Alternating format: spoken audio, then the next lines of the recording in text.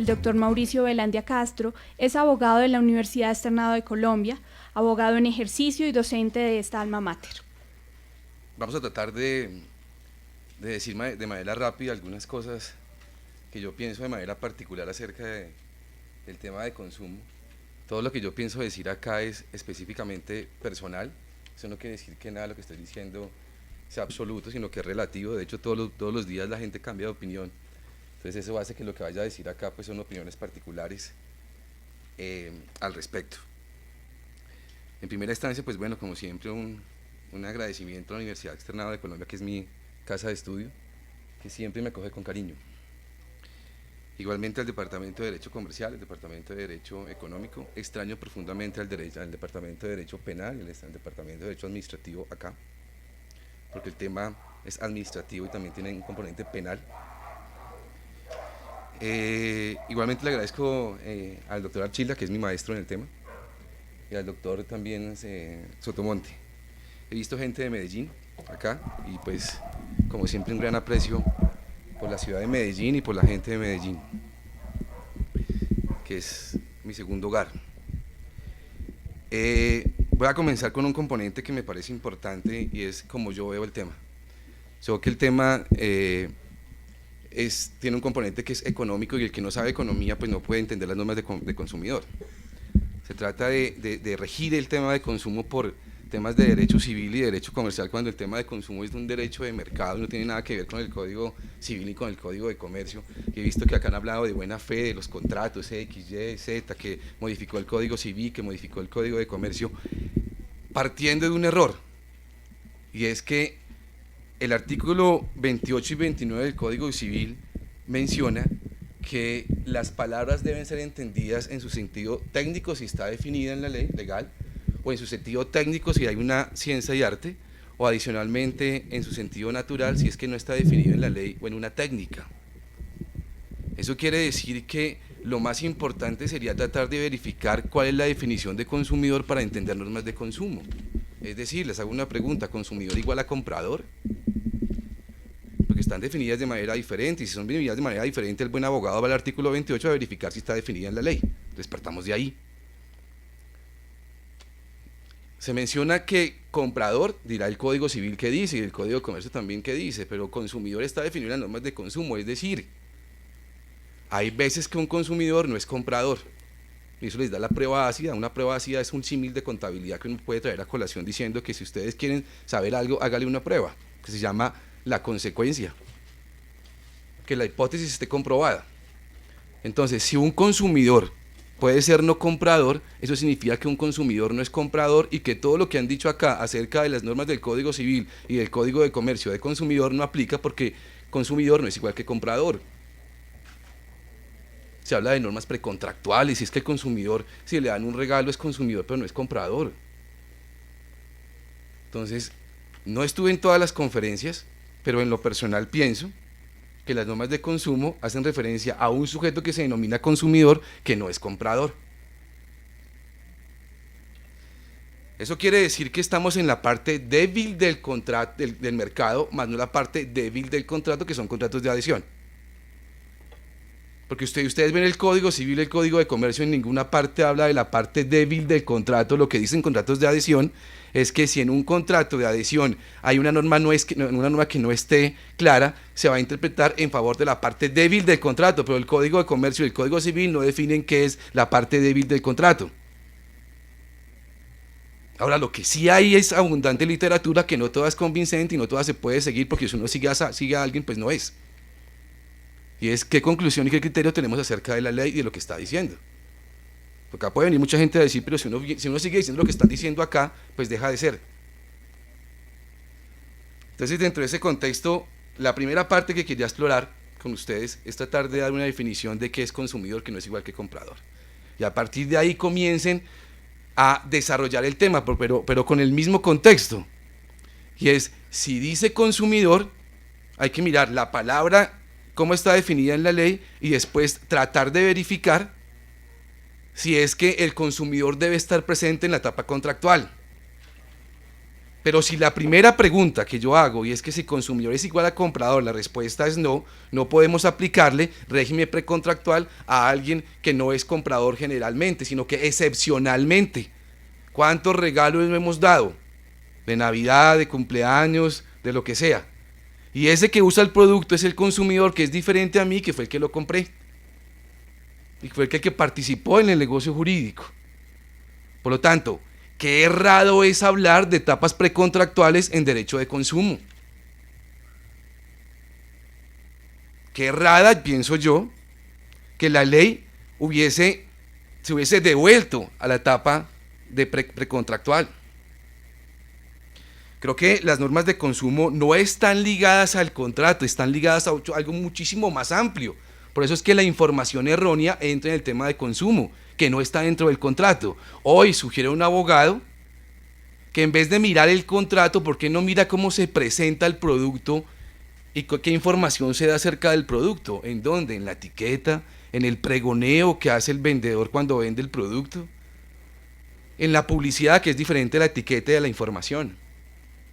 Pero hoy es más valioso, más generoso lo que está por fuera del contrato a lo que dice el contrato.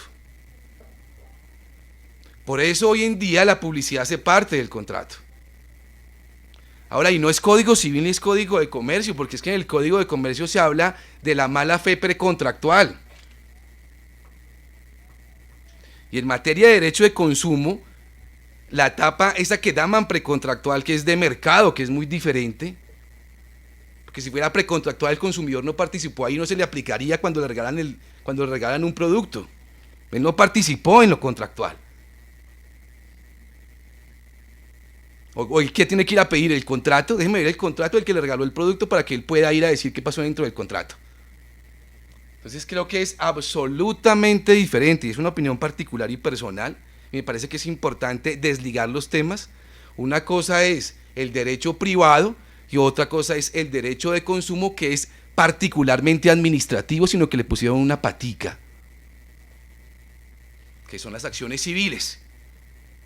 Pero esto es el Estado que llega a proteger a la parte débil del mercado, que tiene una asimetría de la información y que tiene una legítima expectativa frente a alguien que le está diciendo que es un profesional frente a un lego. Es una pelea de responsabilidad donde hay mayor diligencia del comerciante profesional y una menor diligencia del consumidor que desconoce y es lego al momento de determinar si escoge, que es cuando puede comprar, o cuando le regalan, porque cuando le regalan a caballo regalado no se le mide colmillo.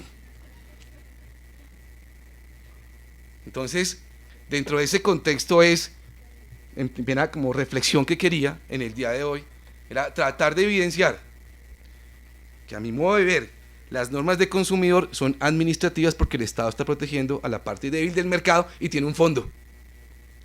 Y el fondo es que si un Estado soberano tiene normas de mercado suficientemente poderosas que le permitan a un empresario participar y tener su inversión no asegurada en utilidad, sino que va a tener un ambiente competitivo particular y adicionalmente le permite a los consumidores que compran un producto las acciones pertinentes, esa es una economía poderosa, porque la gente invierte y compra ahí.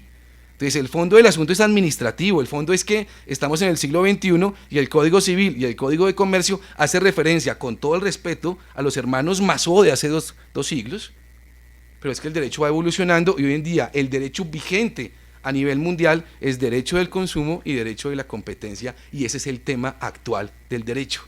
Hoy ya no hay seminarios de prenda, hipoteca, anticresis, ya está fiducia, que yo me acuerdo cuando estudiaba en pregrado, fiducio era el boom. Ya nadie volvió a hablar de fiducia en garantía, que la fiducia de inversión, que los fondos de inversión. Hoy deberían hablar, ya que si algo requiere normas de consumo, pues comienza por I y todo el término de interbolsa.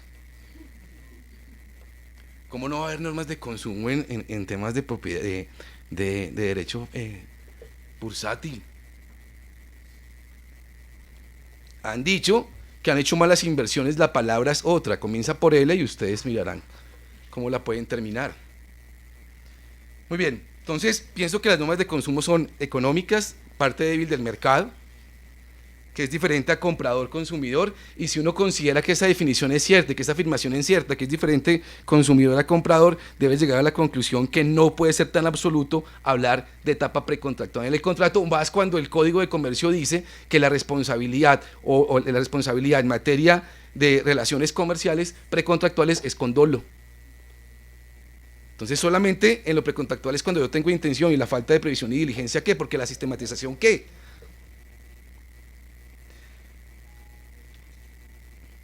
Cuando hablamos de buena fe en materia de consumo, no podemos involucrar el concepto de buena fe del 1602 del Código Civil y del 867 del Código de Comercio, porque eso hacen referencia pues a parte contractual, y repito, el consumidor no hace parte del contrato. Entonces, creo que hay mucho de lo que hemos hablado acá, o las conferencias que yo pude participar, desafortunadamente nunca se, pues mejor no esperar que un expositor termine su conferencia y no exponerlo mucho a lo que opina otro, porque cada uno tendrá su lugar para exponer. Pero pienso que está equivocado hablar del 1600 de buena fe en materia de consumo con la lupa del 1602 del Código Civil y con la lupa del 867 del Código de Comercio. Algunos aspectos en civil que me parecería importante compartir para ustedes ver cómo es diferente el derecho de consumo al derecho del Código de Comercio y el derecho que aparece en el Código Civil. Diferencia entre garantía e incumplimiento contractual. Yo tengo, no sé, un celular, voy y lo compro, me salió defectuoso el producto, hay una falla en el producto, entonces yo tengo en este momento la acción civil de ir al que me lo vendió y decirle incumplimiento contractual. O hoy en día tengo la posibilidad de decir, oye, garantía, que el producto resultó dañado, entonces no me tengo que ir al contenido contractual, sino que hay una garantía legal que me dice que es una responsabilidad objetiva, independientemente del contenido contractual, que puede ser una obligación de medio y resultado, y lo que se denomina responsabilidad contractual. Sino que voy y digo garantía. Entonces ya hay algunos que dicen, no hay incumplimiento de contrato si el consumidor no ha pedido garantía. Porque para algunos, y en lo personal, la garantía es un derecho del empresario, más no del consumidor. Voy a volver a repetir. La garantía, a mi modo de ver, es un derecho de la empresa y no es un derecho del consumidor. ¿Por qué? Nadie está obligado a obligaciones imposibles. Una empresa está obligada a que todos sus productos salgan perfectos cuando son en serie, cuando no tiene oportunidad, ni hay una ciencia y arte que le permita que todo salga perfecto. ¿O es que la ley le permitió a la empresa que de pronto un producto resulte defectuoso, que el consumidor le exija el cumplimiento porque él de buena fe, el empresario se lo entregó y todavía en su conocimiento y voluntad todavía no sabe que está incumpliendo un contrato?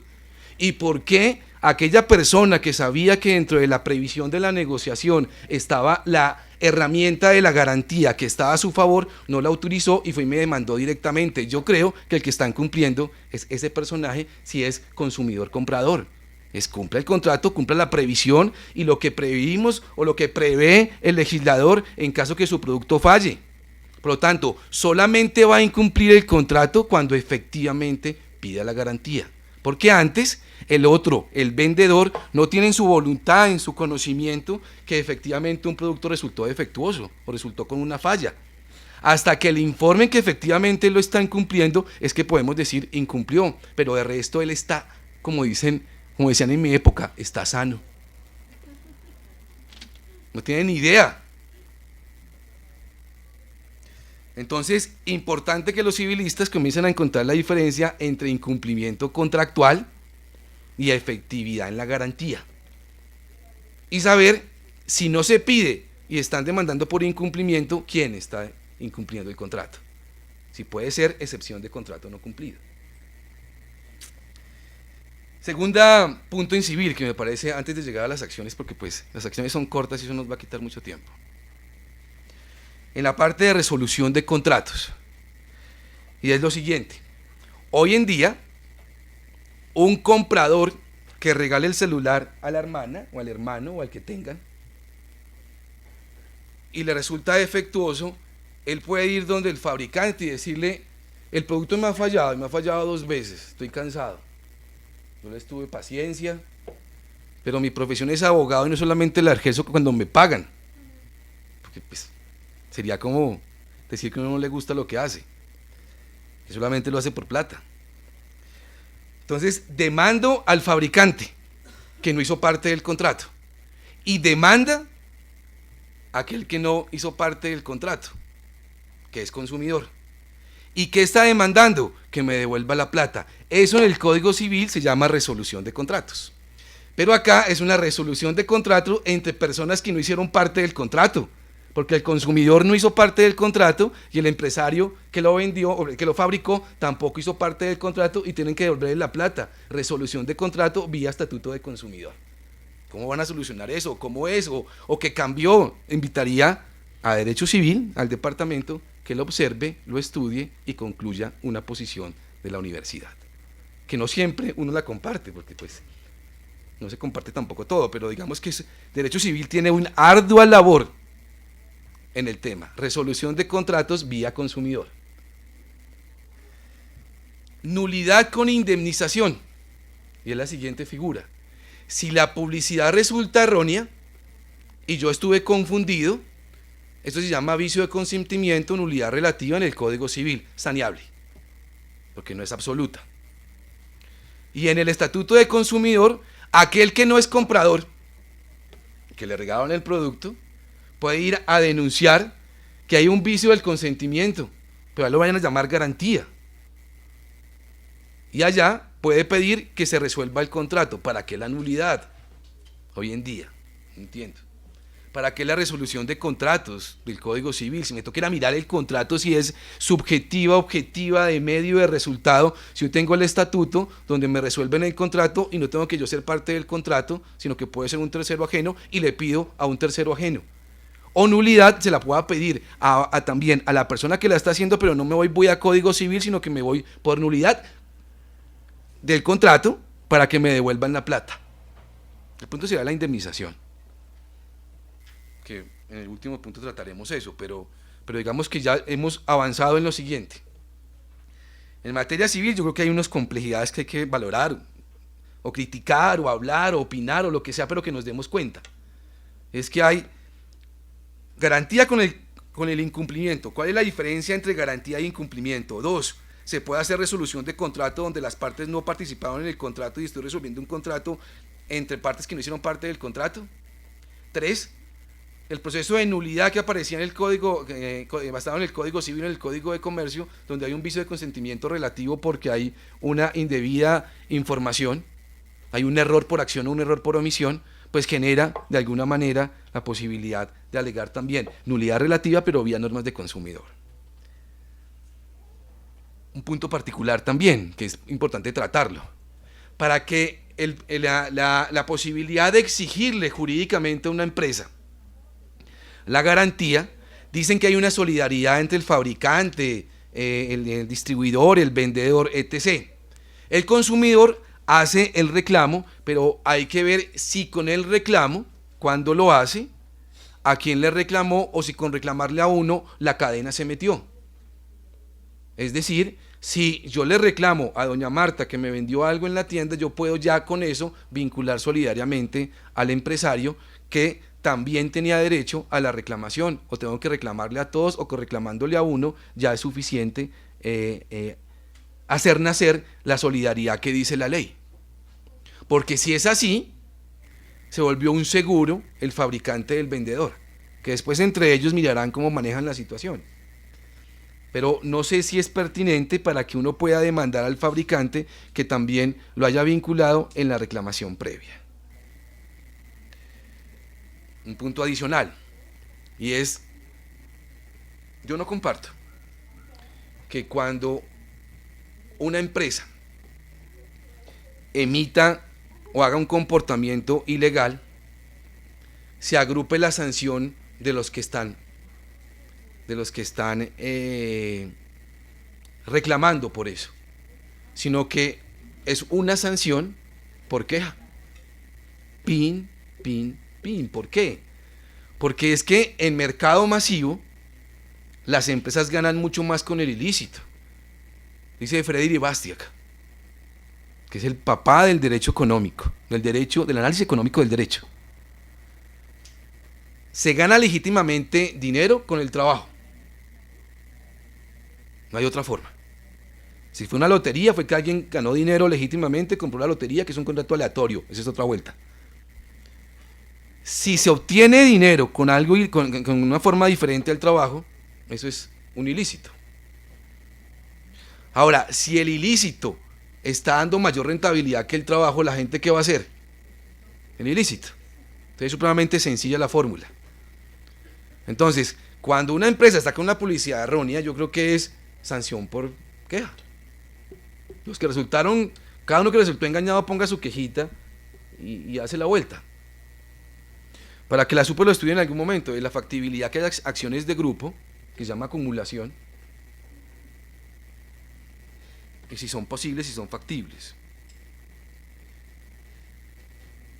Vamos a las acciones. Esa será como una introducción de diferentes temas que me parecía importante expresar una opinión. Vamos a las acciones. De las acciones, pues es importante determinar que la garantía no es un tema nuevo, que la garantía aparece antes de 1982 y que estaba en 1971 en el Código de Comercio, en el capítulo de compra-venta. Y por eso es importante también traer a relación las acciones que van a existir cuando hay una falla en el producto. Y es la calidad que tengo si soy consumidor y si soy comerciante y qué reglas rigen una y qué reglas rigen la otra. Comencemos con las reglas que rigen la parte comercial. En la parte comercial, evidentemente no hay consumidor, las reglas que se aplican son las del Código de Comercio. En el Código de Comercio dice que en los contratos de compra-venta, si no aparece establecido que hay garantía del producto, se entiende que hay garantía. Vámonos a un poquito a derecho civil. En derecho civil dicen en la parte de contratos que en los contratos hay elementos naturales, esenciales y accidentales. Eso quiere decir que un elemento natural, cuando no está dentro del contrato, se entiende que existe porque es natural, pero se puede excluir. No es esencial ni es accidental, porque el accidental lo puedo sacar y no importa, y el contrato se continúa con los esenciales.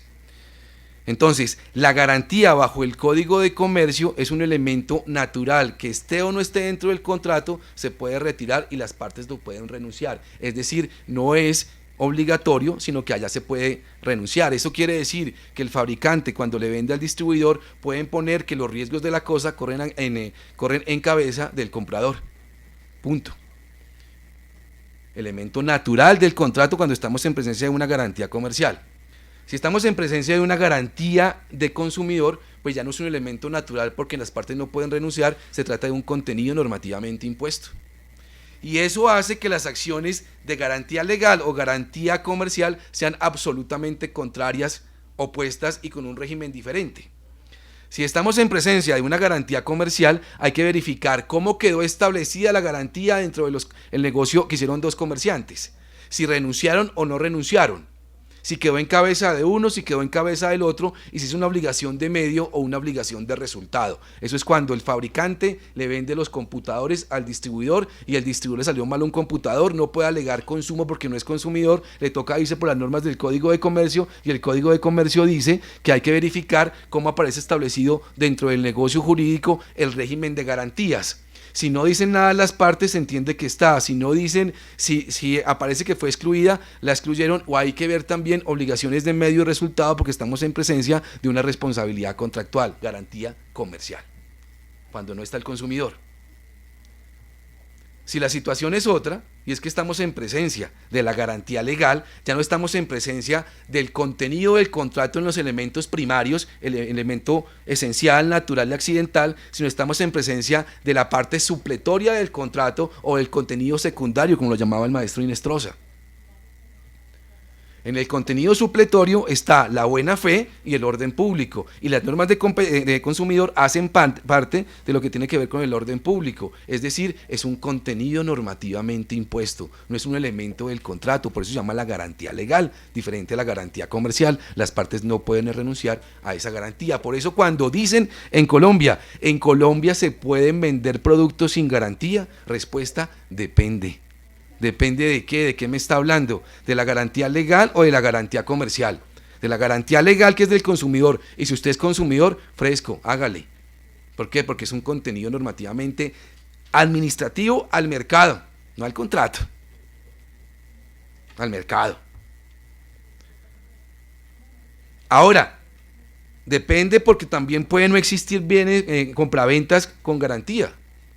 Y es cuando es una garantía entre comerciantes, donde los comerciantes, haciendo uso del artículo 16, que determina cuál es mi ámbito dispositivo, es que me permiten que yo pueda renunciar porque es un elemento natural que es renunciable y podemos poner los riesgos de la cosa en cabeza del comprador. Dos regímenes completamente diferentes. Por eso, si la pregunta de examen algún día, que el examen es frente a un juez o frente a un cliente, porque uno gana un caso aportando un 5 que sacó en derecho civil, ¿cierto? No, pues el juez de pronto sacó 3 y no le va a gustar el 5. En lo personal yo pienso eso, ¿no? Que las buenas notas, tal vez porque no soy subjetivo, porque perdí un año. Entonces, tal vez por eso.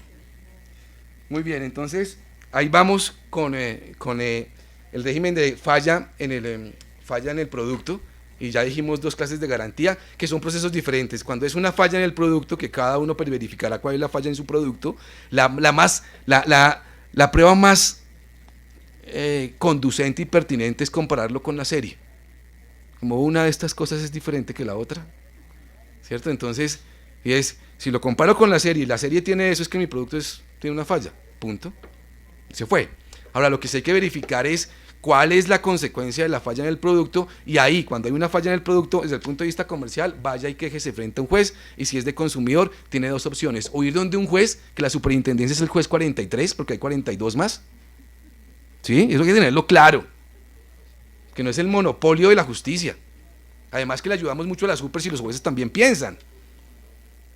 Además es que la super tiene segunda instancia, entonces puede ser el Tribunal Superior Civil el que va a fallar, o el tribunal de circuito, el juez de circuito, ¿cierto? Entonces yo creo que vale la pena, para ayudar a la super, desligarse de la super. ¿Quién va a cargar con que todo el mundo esté mirando lo que uno hace? ¡Qué jartera! Entonces démosle la oportunidad a otros jueces. Y en la parte administrativa hay lugar a sanción. Yo no sé por qué el consumidor no mira que hay sanción administrativa. Yo he visto últimamente, cuando voy a conciliar un caso, que a una empresa le cuesta mucho más la sanción, le teme mucho más a la sanción, le teme que la superintendencia le haga una visita. Entonces el día de la conciliación yo voy y digo, pues mira, esto vale 15.000 pesos. Esto vale 15.000 pesos. Y pues la sanción yo no sé cuánto te vale, de pronto te va a costar mucho, y pues yo no te quiero hacer daño. Y es la verdad, yo no quiero hacerle daño, pero yo sí voy a utilizar todas las herramientas jurídicas que existan para que le pagues a mi cliente. Las penales, las administrativas, las tributarias y las civiles. Y todo abogado está preparado para eso, porque la responsabilidad es igual en todas las regulaciones: daño, culpa, nexo causal, o hecho generador del daño y daño, o típico, antijurídico y culpable. O sea, que sepa eso ya, que le digan cuál es el bien tutelado y listo. Muy bien. Entonces, pensará que si hay una falla en el producto y el tema es de consumidor, pues está la acción civil, que puede ser ante la superintendencia o cualquier juez. Igualmente, yo recomiendo un juez, no porque no quiera la super, porque la adoro profundamente, porque soy hijo de la super, sino que creo que un juez en este momento podría, de alguna manera, crear otro tipo de visión. A veces la gente especialista es muy especialista y ya no ve nada más.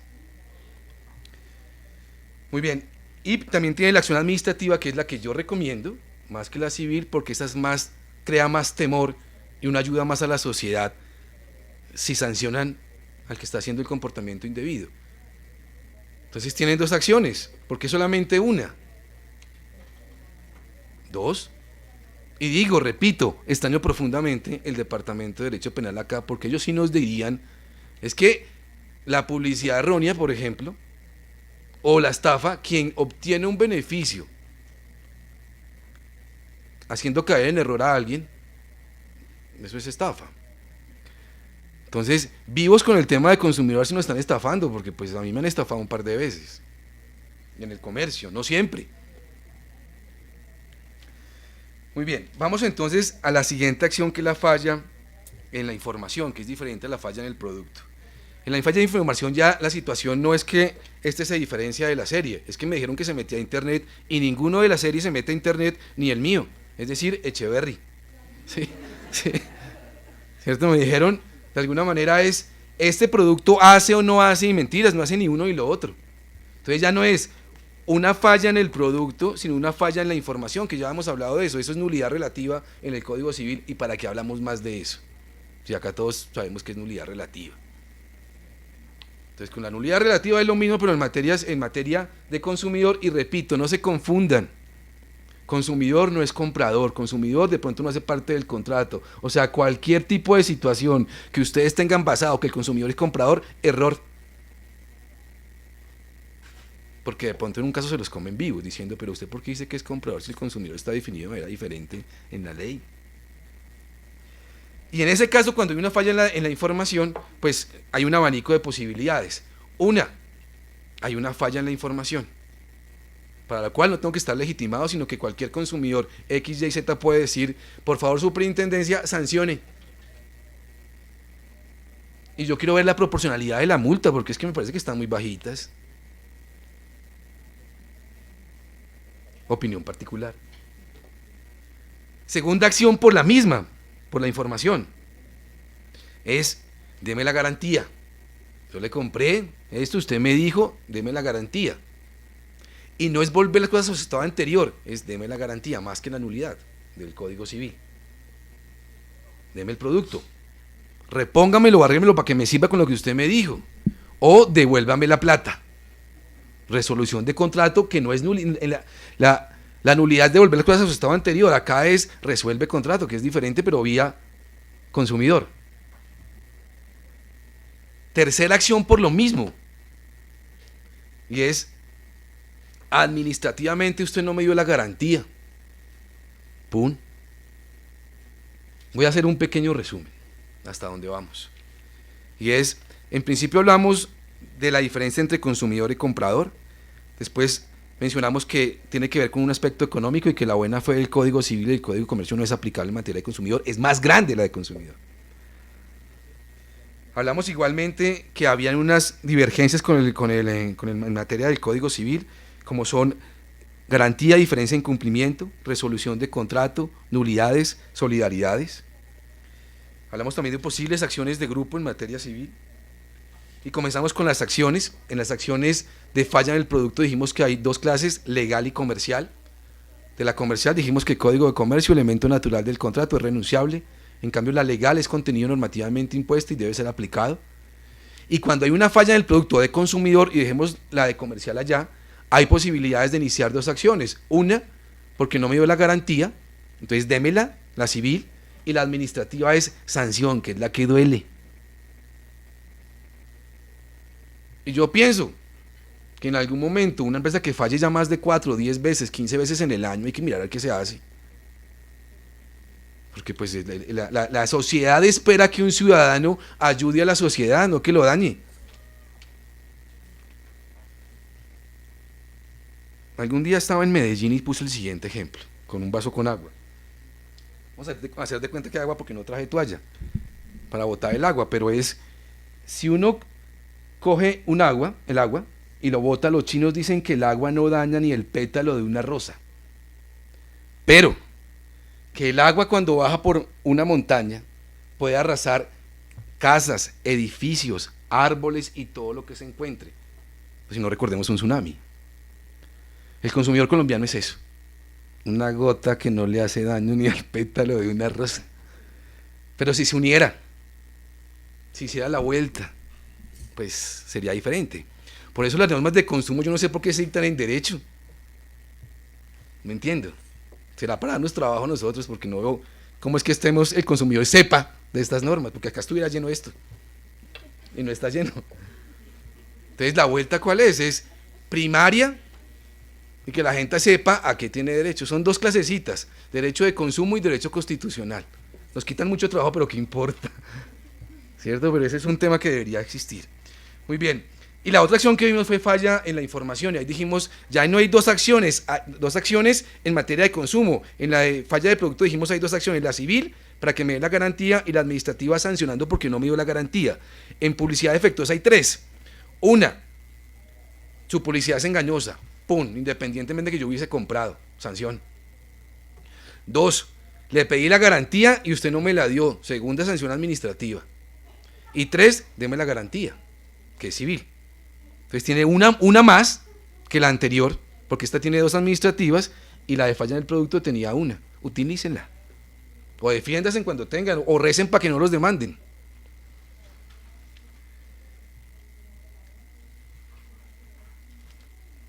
Yo creo que las normas de consumo, cuando la gente se despierte, no van a ir mucho a uno pedir la garantía.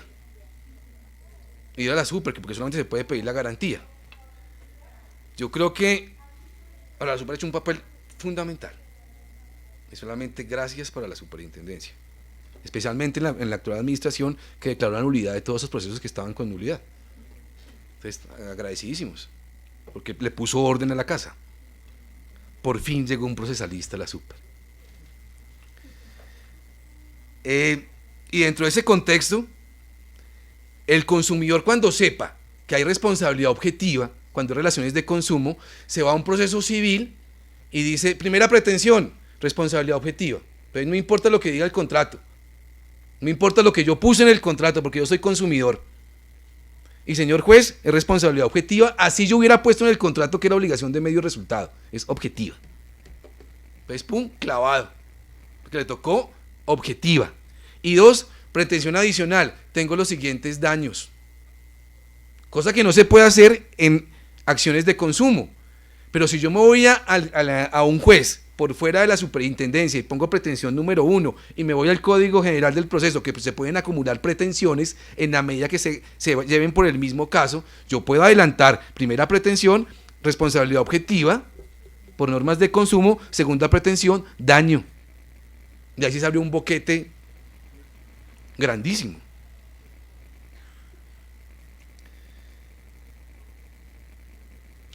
Pienso lo siguiente, para culminar, y es, vuelvo a insistir que yo creo que los ciudadanos están para ayudar a los ciudadanos y no para dañarlos. Es una básica para un alegato de conclusión. ¡Pum! Esto es contundente. Eso no está en la ley, eso es lógica. 2, las normas de consumo hacen parte de normas de mercado y se protege la parte débil del mercado, no la parte débil del contrato. El que sabe diferenciar mercado de contrato entiende de lo que estamos hablando. 3, hay mucho por hacer. Afortunadamente nos tocó un momento jurídico que hay mucho por hacer. 4, que no se convierta un derecho donde nombrando un libro extranjero del Common Law gane un caso. Porque en el Common Law no hay daño, culpa, nexo causal, ni típico antijurídico y culpable. Y si alguno de esos personas que requieren el apoyo de un libro extranjero, que se leyeron 3 párrafos de ese libro, considera que lo puede bajar a típico antijurídico y culpable, uy, qué agradecimiento el que tendríamos. Y nada, solamente, pues eso son palabras que solamente quedan ahí vagas ahí en el aire, porque pues uno acá no puede hacer mucho respecto a eso, porque la función de nosotros es otra. Pero yo sí creo que si supiéramos nosotros desde muy pequeños las normas de consumo y la constitución política, tengan la seguridad que ese será un país muy diferente. Termino con lo siguiente. Algún día me encontré con mi papá. Le digo, papá, no, estoy furioso. ¿Qué le pasa a Mauro? No, pues compré una cosa ahí y resultó defectuosa. ¿Y se quejó? No, no me quejé. Entonces, ¿de qué se queja? Muy amables, gracias por todo, por el tiempo. Hay preguntas. ¿Dale? Bueno, las preguntas que desea formular el profesor Mauricio.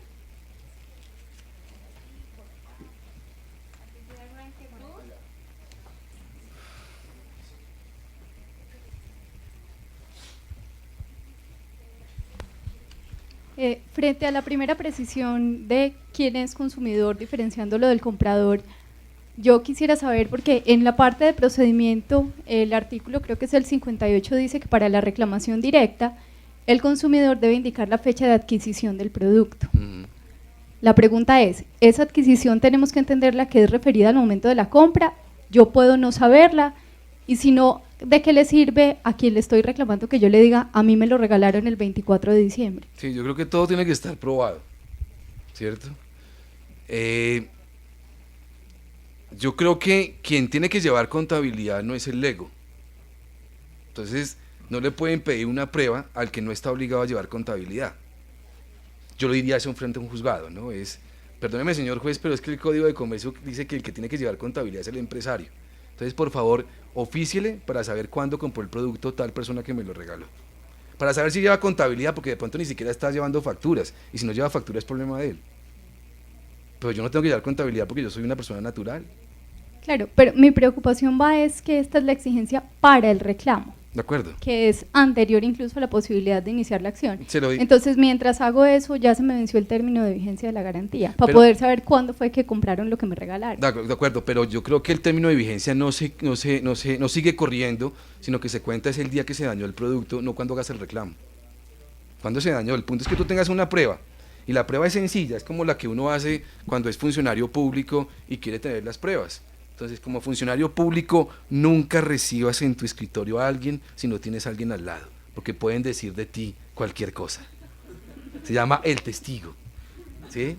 Eso es de verdad, ¿me entiendes? Ese es mañoso, ¿cierto? Entonces, si se te daña un producto, llama a un amigo, oiga, venga, necesito que venga, ¿usted este producto dañado? Sí, listo, la prueba está. Si es de la contabilidad, hay que decirle al empresario, mire, yo no sé cuándo compraron esto, pero me lo regaló otra persona, por favor verifique, o hay que llamar al que lo regaló, hermano, regale cosas buenas. Y hago una segunda pregunta. Dale. Que es muy chiquita. El estatuto nos dice que producto es bien o servicio. Cuando se habla de la responsabilidad de daño por producto defectuoso, se habla de producto. La pregunta es, ¿se podría pensar que hay servicio defectuoso en la medida en que no ofrezca la seguridad esperada, y ahí podría yo aplicar las reglas especiales del régimen de protección al consumidor o no? Yo creo que cuando está la definición de consumidor, puede escoger de ahí, ahí dice bienes o servicios, ¿cierto? Entonces al consumidor es aplicable también su protección cuando tiene que ver con servicios. Si no, la analogía es una palabra supremamente bonita que puede aplicar en muchas cosas, ¿no? Ahorita decía Sarama, el doctor Sarama está acá, el doctor San Clemente decía lo siguiente, y es que la tipicidad tenga que existir. Entonces, les dejo solamente una inquietud, y es, hay tipicidad general y tipicidad especial. Tipicidad especial, el tipo en particular; la tipicidad general, el abuso del derecho. Cabe la pena preguntarle si el abuso del derecho aplica, porque el abuso del derecho hace parte de la tipicidad general, por lo tanto no se requiere la prohibición específica, sino que uno puede llegar al abuso del derecho. Último punto, qué pena, y es, si quieres que le vayan dando el DM. Otro último punto, y es, yo creo que las normas de consumidor están pésimamente diseñadas cuando se le permite que el consumidor vaya solito frente a un juez, frente a la superintendencia. Va un consumidor que no sabe derecho y la empresa X, Y o Z contrata un pulpo del derecho. ¿Qué pelea tan desigual? Si ni siquiera el consumidor sabe que es un estado, le dicen se lo notificaban por estado, él dice que ¿qué? Y quedó notificado por conducta concluyente por decir que ¿qué? Pues no aguanta. Entonces, crear una norma bajo análisis económico del derecho que querían ayudar al consumidor, pero si hoy la miran bajo análisis económico del derecho, ven que es absolutamente errada, porque los consumidores están perdiendo todos sus casos.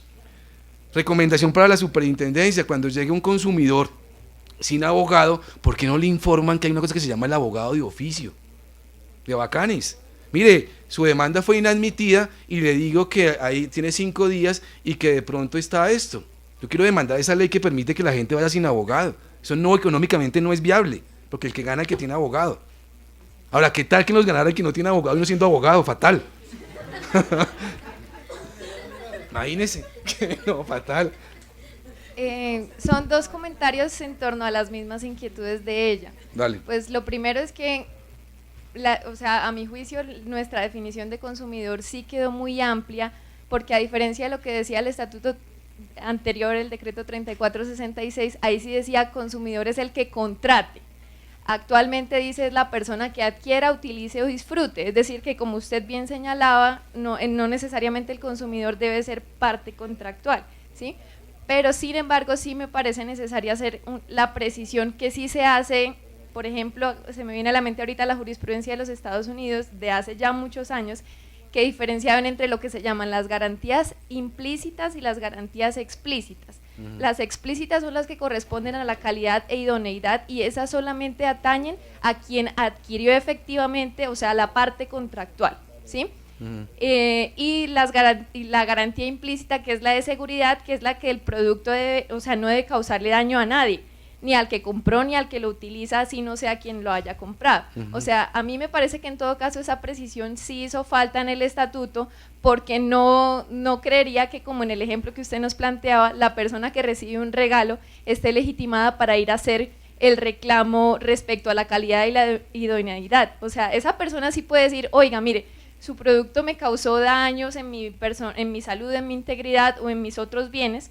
O sea, porque de alguna manera ya se ha aceptado comúnmente que para que yo sea víctima de un daño ocasionado por un producto defectuoso, entendiendo por él no el que presenta fallas, sino el que es inseguro, o sea, el que causa daños, entonces en ese caso yo no necesito ser parte contractual. Y respecto a este segundo punto, ya entrando concretamente a la parte de productos defectuosos, el estatuto expresamente precisa la definición de producto defectuoso y solamente la limita a bienes muebles e inmuebles. O sea, no estoy justificando eso, sino que estoy queriendo decir que debió incluirse también la noción de servicios.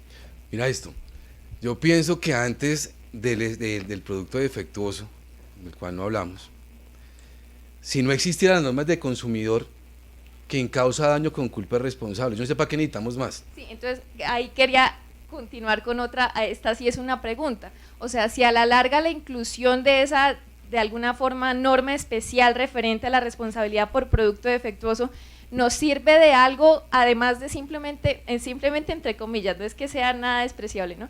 Consagrar que es una responsabilidad objetiva, o sea, procesalmente es más beneficioso, o es simplemente aplicar algo que ya estaba en el 2341 del Código Civil. Sí, yo pienso, no me acuerdo del 2341. El que comete la obligación de indemnizar todo daño cometido con culpa. Yo creo que lo valioso del estatuto, lo más valioso, es como la última palabrita de ese artículo de producto defectuoso, y es que por primera vez en Colombia se va a hablar del estado de la técnica.